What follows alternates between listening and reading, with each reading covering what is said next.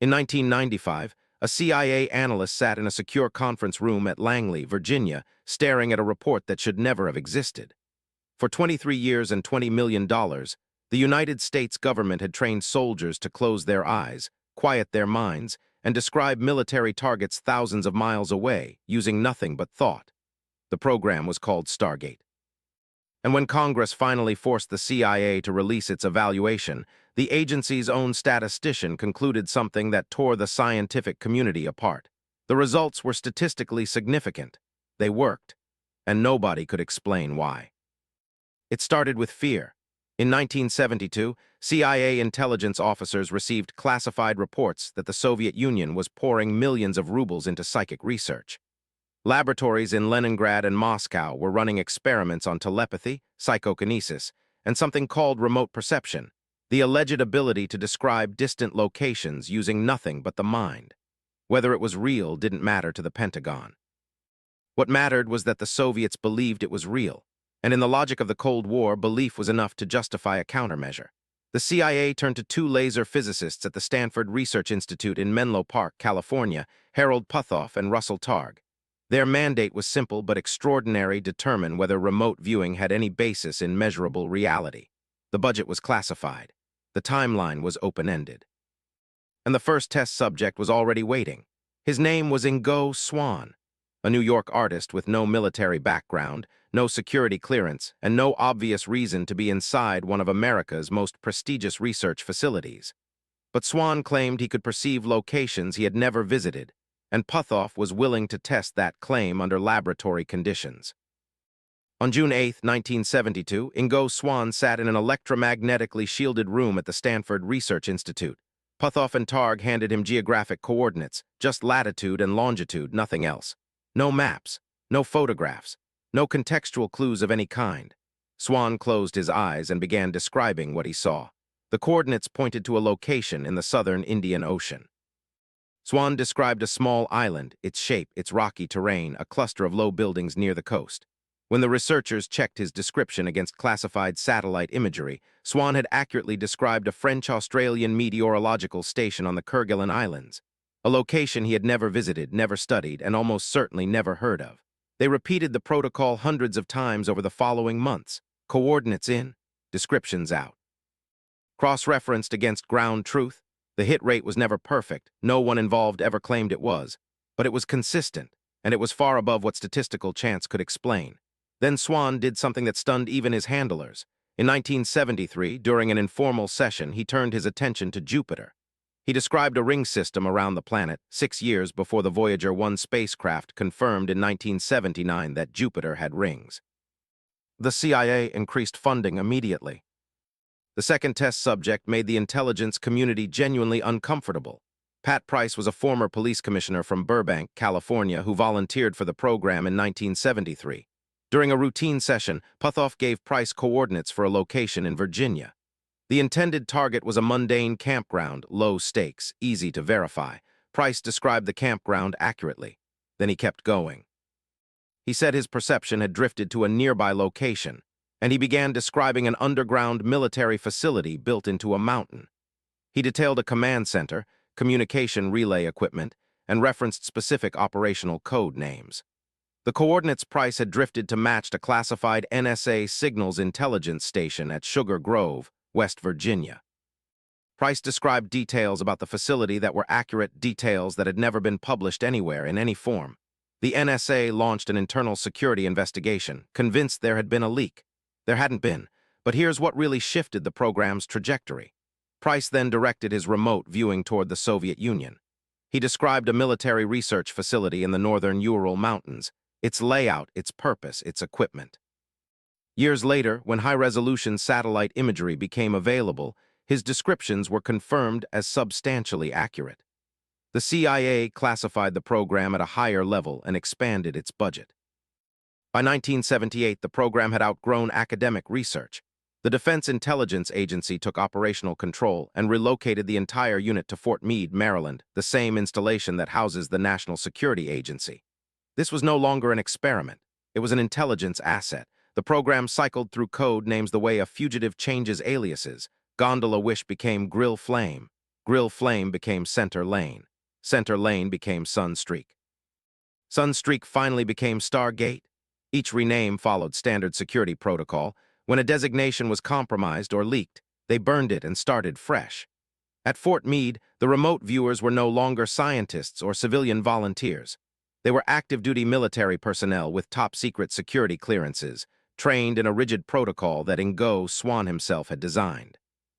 The method was called coordinate remote viewing, a six-stage process that moved systematically from vague sensory impressions to highly specific, detailed descriptions. A soldier would receive a sealed envelope, inside a target, sometimes coordinates, sometimes just a reference number linked to a classified intelligence objective. They would enter a quiet room, follow the six-stage protocol, and produce written reports and sketches. Between 1978 and 1995, the unit generated more than 26,000 individual remote viewing sessions. In January of 1976, a Soviet Tupolev Tu-22 bomber crashed somewhere in the dense jungle of Zaire, present-day Democratic Republic of Congo. The wreckage contained highly sensitive Soviet avionics, radar systems, and encryption equipment that both the CIA and the Soviet military desperately wanted to recover first. Conventional intelligence methods failed. The jungle canopy was impenetrable to satellite imagery. Local intelligence networks had nothing. Aerial reconnaissance was diplomatically impossible. The clock was ticking. Soviet recovery teams were already in the region. So the CIA turned to the remote viewers at Stanford Research Institute. Rosemary Smith, a young intelligence analyst working with the program, was given the assignment. She received no information about the bomber, the country, or the nature of the mission, just a sealed envelope with a reference number. Smith described a river cutting through dense tropical jungle. She sketched the terrain, a clearing where the forest canopy had been violently torn open, metallic debris scattered across the jungle floor. She indicated a specific location on a map of Central Africa. When a CIA recovery team reached the coordinates Smith identified, they found the wreckage within 3 miles of her indicated position. The team recovered the Soviet equipment before Moscow's team arrived. President Jimmy Carter later publicly confirmed this operation, calling it one of the program's most striking successes. In November of 1979, Iranian revolutionaries stormed the American embassy in Tehran and took 52 American diplomats hostage. For 444 days, the crisis paralyzed the Carter administration and dominated the global news cycle. What the public didn't know, what almost nobody knew, was that remote viewers at Fort Meade were actively tasked on the crisis. Their objective was straightforward: locate the hostages inside Iran and describe the conditions of their captivity. Joe McMonagle, one of the unit's most experienced and prolific viewers, described the interior of a building where hostages were being held. He produced sketches of rooms, corridors, guard positions, and security arrangements. Other viewers in the unit generated independent reports that overlapped with McMonagle's descriptions in specific and verifiable details. The accuracy couldn't be confirmed in real time. Intelligence officers had no way to verify descriptions of hostage conditions from outside Iran. But when the hostages were finally released in January of 1981, post-release debriefings revealed multiple correlations between the remote viewers' reports and the actual conditions. But here's the problem that haunted the program from day one. Some sessions produced startlingly accurate intelligence. Others produced nothing useful at all. And nobody, not the viewers, not the scientists, not the officers running the operations, could predict which sessions would deliver and which wouldn't. Joseph McMonagle was designated remote viewer number 1. Literally, the first operational viewer recruited into the military unit at Fort Meade when it stood up in 1978. Over the next 16 years, he conducted more than 3,000 individual remote viewing sessions. His track record became the single strongest argument the program's defenders had. In 1984, McMonagle was shown satellite photographs of a large building under construction at a Soviet naval facility in Severodvinsk on the White Sea coast. He was asked a single question: describe what's being built inside. McMonagle described a submarine, but not just any submarine. He said it was substantially larger than anything in the existing Soviet fleet. He described a distinctive double hull, a flattened deck profile, and estimated its displacement at roughly 25,000 tons.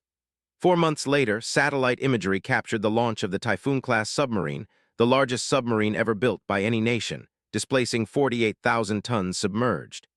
McMonagle had correctly identified the vessel class. its unusual design features, and its approximate scale months before it entered the water. In recognition of his classified intelligence contributions, McMonagle was awarded the Legion of Merit, one of the United States military's highest non-combat decorations. The citation was classified. The specific achievements it referenced would remain secret for over a decade. By the early 1990s, the Stargate program had accumulated a staggering volume of data. 26,000 separate sessions, thousands of individual intelligence reports, hundreds of operational assignments spanning the CIA, DIA, NSA, Secret Service, Drug Enforcement Administration, and multiple military branches. And yet the program existed in a strange institutional limbo. The viewers kept producing results that were extremely difficult to dismiss. But the scientific mechanism, the why, remained completely unexplained. No theory in physics, neuroscience, or psychology could account for how a person sitting in a windowless room in Maryland could accurately describe a military installation in Siberia. The data said it worked. The laws of physics said it couldn't. The intelligence community fractured along predictable lines. Officers who had worked directly with the unit, who had seen raw session data match classified ground truth in real time, became fierce advocates. Officers who hadn't considered the entire program an embarrassing relic of Cold War paranoia, an expensive delusion.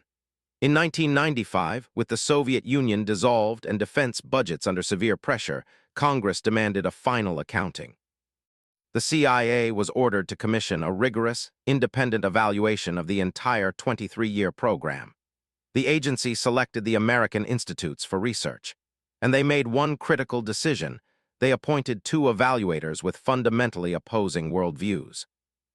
The first evaluator was Jessica Utts, a professor of statistics at the University of California, Davis, one of the most respected statisticians in the country. The second was Ray Hyman, a professor of psychology at the University of Oregon and one of America's most prominent scientific skeptics. A believer in data, a professional doubter, same evidence, same deadline. Utts conducted a rigorous meta-analysis across the program's controlled laboratory experiments. Her conclusion was unequivocal. The remote viewing results were statistically significant, and not by a narrow margin. The effect size was consistent across different experimenters, different laboratories, and different decades of research. The probability that the results were due to random chance was, in her words, astronomically small. In her published report, Utts wrote, "Using the standards applied to any other area of science, it is concluded that psychic functioning has been well established. The statistical results of the studies examined are far beyond what is expected by chance." Hyman reviewed the same data, and he agreed with her mathematics. He did not dispute the statistical significance, but he argued that statistical significance alone was not proof. There could be subtle methodological artifacts, sensory leakage, unconscious cueing, experimenter expectation effects that no statistical test could detect. Same data, two opposite conclusions, both logically defensible. The CIA cited Hyman's skepticism to shut the program down. Stargate was terminated. The files were declassified. But the story didn't end with declassification. The protocols developed inside the Stargate program, particularly coordinate remote viewing, escaped the classified world and migrated into the private sector. Several former military viewers, including McMonagle and Lynn Buchanan, began teaching remote viewing methods to civilians, and their students weren't fringe believers.